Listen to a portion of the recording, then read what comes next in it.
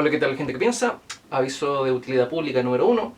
En la descripción de este video van a encontrar un video de la lagartija filosófica que me hizo una entrevista la semana pasada. Estuvimos hablando de filosofía, economía, política, psicología, sociología y los temillas que solemos tratar en este canal. Así que si les interesa, el video está en la descripción de este video. Aviso de utilidad pública número 2. También está en la descripción de este video el link para que puedan comprar su ejemplar del libro que vamos a hablar el día de hoy, si es que les interesa a propósito de esta reseña que vamos a hacer.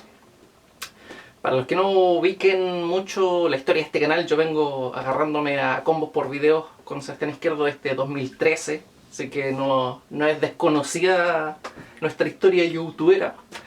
Pero bueno, hablando de esta reseña en particular, voy a dividir el video en 3 partes. Primero voy a hacer un fichaje. Para los que no sepan que un fichaje es una selección de las citas más interesantes o dignas de analizar, en este caso subjetivamente obviamente, así que es un pequeño fichaje con mi comentario aparte.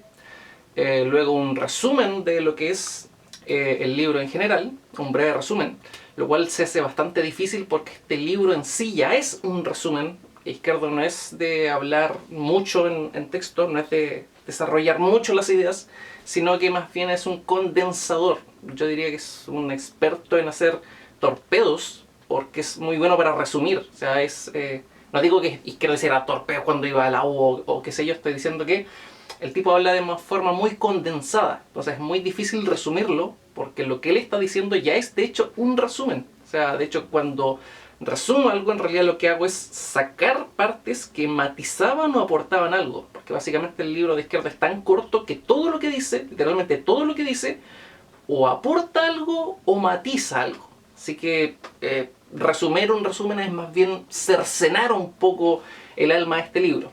Espero haber hecho un resumen decente. Y finalmente un análisis que tiene que ver con la forma y el fondo de este libro en sí. Sin más, comencemos de una vez con este video.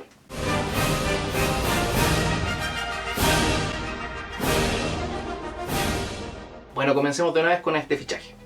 Y dice la primera cita así: luego de años de parálisis política causada por el consenso neoliberal socialdemócrata que coalizó a izquierdas y derechas en el fundamentalismo democrático, llevando a los bandos políticos a ser fundamentalmente idénticos, este panorama se rompe alegremente con la emergencia de la llamada nueva derecha, que desafía los ejes principales que marcaron el mundo inmediatamente posterior al fin de la Guerra Fría. Esta frase a mí, y aquí ya entro en el comentario, me hace mucho ruido, porque partiendo por el concepto de fundamentalismo democrático, que no es de Izquierdo, es de Gustavo Bueno, en su libro El mito de la izquierda y la derecha, que está citado aquí por cierto, es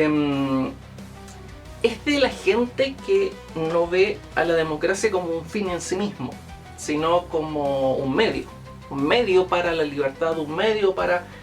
Pero no, si algo se aprendió durante la primera mitad del siglo XX, es que precisamente la democracia es un fin en sí mismo, que asegura la libre expresión, que asegura la libertad de prensa, la libertad de opinión y un montón de otras cuestiones, ¿ya?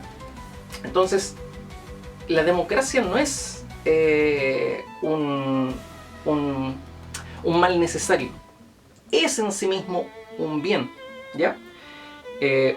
Otro problema que me hace esta cita es que dice que alegremente la nueva derecha rompe este esquema porque no está pegada al fundamentalismo democrático. Y yo digo, que de distinto tiene eso con la tradicional derecha, que ha apoyado golpes de Estado en toda Latinoamérica? O sea, no es que el apego a la democracia sea una virtud de la derecha. No, para nada. Ni en la antigua derecha, ni en la tradicional, ni en la nueva derecha. O sea, básicamente gente que, si para asegurar sus bienes personales y su libertad de enriquecerse a costa de los demás, tiene que barrer con la democracia y todo lo que se cruza entre medio, bienvenido sea. Eso ya es algo que está en la tradicional derecha, y sí es algo que tiene en la nueva derecha. Así que personalmente nada nuevo hay que decir. Pasemos ahora a la siguiente frase, y esta dice así: La autonomía es un sinsentido. El vocablo solo puede representar una contradicción abyecta. Del griego autos y nomos significa darse a uno mismo su propia norma. Pero acompáñenme en este breve silogismo. ¿Puede uno dar algo que no tiene? ¿Puede uno necesitar algo que ya tiene? La respuesta a ambas preguntas es un no rotundo. Si no tenemos la norma y necesitamos recibirla, no nos la podemos dar a nosotros mismos porque para darla tendríamos que tenerla. Del mismo modo, si la norma la tenemos, no hay sentido alguno en dárnosla. Ahora, esta aparente paradoja no es tal. Aquí estoy hablando ya yo en mi comentario, por cierto. Y esto porque basta reflexionar un poco sobre lo que uno no tiene o el problema que tiene para idear algo que hasta entonces no existía. Un ejemplo de esto sería una frase que se le suele atribuir a Henry Ford, el magnate de los vehículos Ford. La frase dice más o menos así: si le hubiera preguntado a mis clientes qué querían, ellos me hubieran dicho que carretas más rápidas.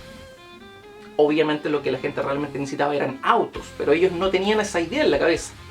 Es Ford quien, consciente de que hay un problema, pero que tiene una mejor solución que ellos que tienen el problema, entonces es capaz de darles algo que ellos no tenían y no sabían siquiera que necesitaban. Y del mismo modo, uno puede reflexionar sobre un problema, crear una nueva solución que no estaba sobre la mesa y aplicarla. De este modo, el filósofo o el legislador puede pensar en una norma que no existe y luego de crear esta norma, ahora ya teniéndola, puede dársela a sí mismo y a otros. Por lo tanto, no es una contradicción decir que no nos podemos autonormar, ¿ya? O que no podemos crear normas, porque de hecho el sistema civil se basa básicamente en estar constantemente creando o modificando leyes. Y alguien podría decir, ¿cómo alguien puede darnos un código civil si él no tiene un código civil? Bueno, lo puede hacer, ¿ya?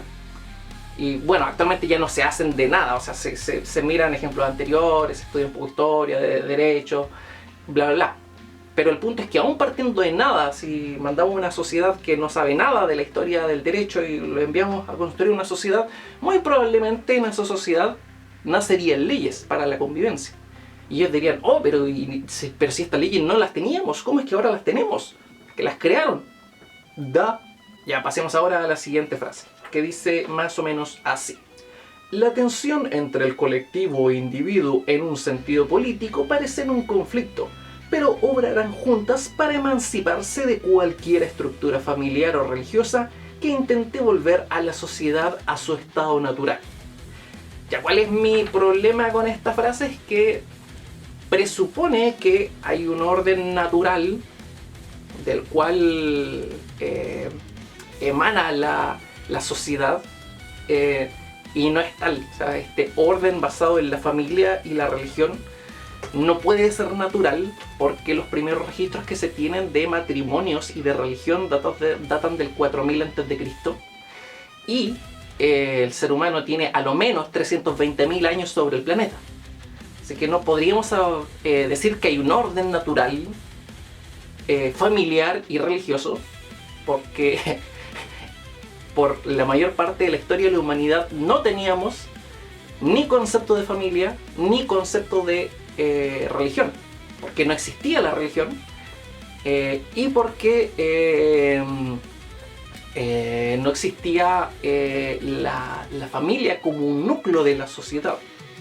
Para eso, revisar una vez más el libro El origen de la propiedad privada de la familia y el Estado de Federico Engels, que explica la evolución de los tipos de familia y los tipos de sociedad a lo largo de lo que él llamó protosocialismo, que fueron decenas de miles de años antes de que se crearan las sociedades modernas. Ya, ahora voy a leer dos frases seguidas porque estoy relativamente de acuerdo con ambas, aunque voy a hacer un pequeño matiz.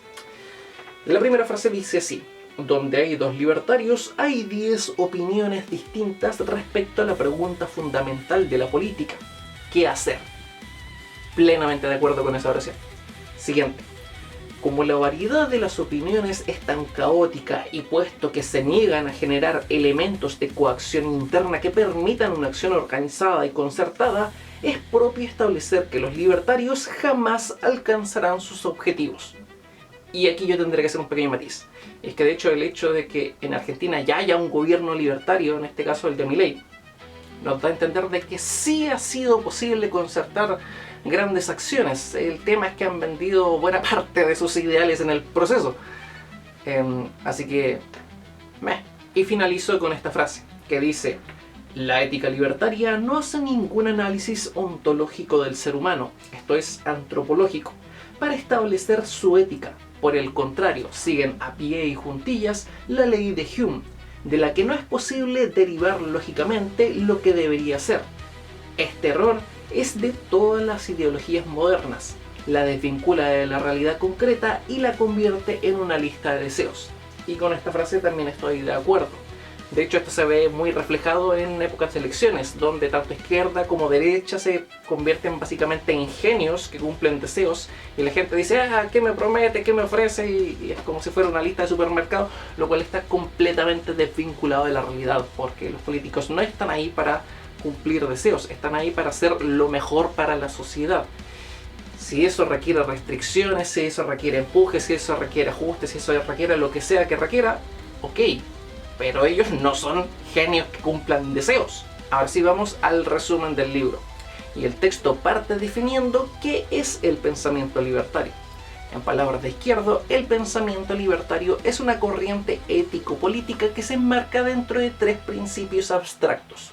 Estos son los derechos individuales, dígase, el derecho a la vida, a la libertad y a la propiedad. Número 2, el principio o axioma de no agresión.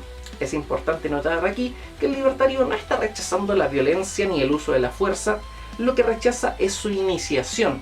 O sea, si te pegan una vez, puedes pegar 20 de vuelta. Básicamente el lema del papá de Iron Man. Dicen que la mejor arma es una que nunca se dispara. Con todo respeto, no estoy de acuerdo. Yo prefiero el arma que se dispara solo una vez. Una. Mi padre lo hacía así, nuestro país lo hace igual. Y ha funcionado muy bien hasta ahora. Y número 3, el orden espontáneo, del cual se sigue que en una sociedad libertaria no pueden haber planes ni programas sociales. El tipo de orden que debe surgir y dar forma a la sociedad resultante debe ser espontáneo y no impuesto ni diseñado por algún individuo en particular. Luego de esta introducción que clarifica nuestro elemento de estudio, Izquierdo pasa a explicar por qué el minarquismo es una contradicción en sí misma. Y para esto se vale de una frase del libro Democracia, el Dios que fracasó, de Hans Hermann Hoppe, en el cual señala lo siguiente: si uno toma en serio el axioma de no agresión, entonces el Estado es una organización inmoral per se. Por ende, el minarquismo no es un elemento coherente con las ideas libertarias fundamentales, quedando entonces solamente en el rango de cancha defendiendo realmente las ideas libertarias al anarquismo. Respecto a este, Izquierdo señala que una sociedad sin Estado no solo es viable, sino que ha ocurrido en buena parte de la historia, pero no en los marcos libertarios, pues suelen centrarse y consolidarse en torno a la familia o la religión, y no en el individuo, en cuyo caso un articulado social sin duda fallaría y se desmoronaría. Que ni en los ejemplos que ponen los libertarios como sociedades anarcocapitalistas, ya sea la mancomunidad irlandesa del 930 al 1262 o del gobierno de los jueces de Israel del 1200 al 1020 a.C., se da dicha realidad. Luego de esto, Izquierdo critica las tres bases del pensamiento libertario. Número 1, los derechos individuales, los cuales son inviables en cualquiera de sus formas sin que haya un Estado ahí para que los defienda. Número 2, el principio de no agresión, que elude una de las más grandes verdades de la historia de la humanidad. Y esta es que el Estado liberal se erige como el mayor protector, causante y adalid de los derechos individuales, al tiempo que es su mayor violentador sistemático. Esto erige al Estado liberal moderno en la mayor contradicción práctica de la historia política humana. Dicho de otro modo, la sociedad moderna se organiza gracias a la violencia inicial que es perpetrada por el Estado. Y número 3, lo que los libertarios llaman el orden espontáneo, que presupone para su existencia cuestiones que son para nada espontáneas, ya sean los derechos individuales o el principio de no agresión. Y ya para ir cerrando, Izquierdo critica la nula capacidad de este movimiento para generar acciones a gran escala. Al mismo tiempo, su incapacidad de entender de que no todo puede ser privado, porque de hecho el concepto de privado es dependiente del concepto de público, no puede existir lo público sin lo privado, ni lo privado sin lo público. Y así también critica su excesivo idealismo que los desconecta de la realidad. El libro finaliza recordándonos que esta no es una defensa ni del Estado, ni del socialismo, ni mucho menos del comunismo, sino tan solo la refutación de una vía que es irrealizable y de hecho autocontradictoria, lo cual nos empuja a seguir buscando una nueva vía de construcción social que supere el actual monstruo híbrido entre Estado, mercado e individualismo. Y ahora sí vamos al análisis del libro. Lo primero que noto de aquí en este ensayo es que Izquierdo por fin está citando a pie de página, lo cual se agradece, porque de aquí en más estos textos pasan a tener valor académico y dejan de ser una verborrea tirada al viento al estilo de los libros de la historia secreta de Baradit. Así que, bien, en buena hora, Sebastián, por ese avance, man, que por fin ahora tus libros están por sobre los libros de Baradit. No es un gran piso, pero ya es algo. Respecto a la bibliografía, me parece interesante, me parece pertinente, pero personalmente se queda corta, aún con sus 51 citas. Como que prácticamente toda tornilla para el lado de la derecha. Básicamente me faltaron autores zurdos. Siendo más específicos, en el capítulo 7, que lleva por título Las dinámicas del poder en la naturaleza humana, y yo me pregunto, ¿y dónde están las citas a Gilles Deleuze, a Félix Guattari, a Hannah Arendt, a Michel Foucault, a Bill Chulhan, por último? Sí, hay un largo etcétera de personajes que han desarrollado la idea y las dinámicas del poder, y en vez de eso te limitas a decir que vas a hacer un análisis aristotélico basado, por cierto, en el libro de la metafísica, aunque no lo dices ahí, pero los que cachamos un poquito sabemos eso. Y el detalle es que te queda muy cojo ese capítulo, precisamente por falta de aportaciones de personajes más contemporáneos a esa conversación. O sea, no digo que esté mal retrotraernos a Aristóteles, está bien, pero faltaron más autores contemporáneos y particularmente faltaron más autores zurdos en tu bibliografía, ¿ya? No digo que no hayas leído a esos autores, pero en ese capítulo en particular te habrían aportado mucho más al desarrollo del mismo. Pero ya, dejemos de hablar solamente de la forma, hablemos un poco del fondo. ¿Se cumple la premisa del libro que es refutación del pensamiento libertario? Sí, se cumple. Por ende, ya podría decir que estás por encima de autores como Martin Heidegger, culiado vendehumos, que es un libro que se llama ¿Qué es metafísica? Y al inicio del libro te dice que no va a responder a la pregunta de ¿qué es metafísica? Así que ya estás por encima de Martin Heidegger, lo cual tampoco es un piso muy alto, pero vas avanzando, Sebastián. Ahora, ¿pudo haber sido mejor este libro? Sí, claro, si hubieras, por ejemplo, desarrollado más ejemplos históricos de cómo las potencias que venden humo, que el libertarianismo es la receta para el éxito y la riqueza, no se hicieron ricas a punta de libertarianismo, sino a punta de balas y proteccionismo estatal. Pero decir eso tal vez te habría hecho sonar muy zurdo y no querías herir ciertas susceptibilidades. Como sea, respecto a forma, creo que es el mejor libro que has sacado hasta ahora. Y respecto al fondo, diría que es el segundo mejor. El primero para mí se lo sigue llevando Economía para cualquiera. Gracias por el libro, por cierto, y gracias por la dedicatoria. Y bueno, sin más, como siempre, recordándoles que todo esto ha sido solamente mi reflexión y que nos vemos en una próxima entrega.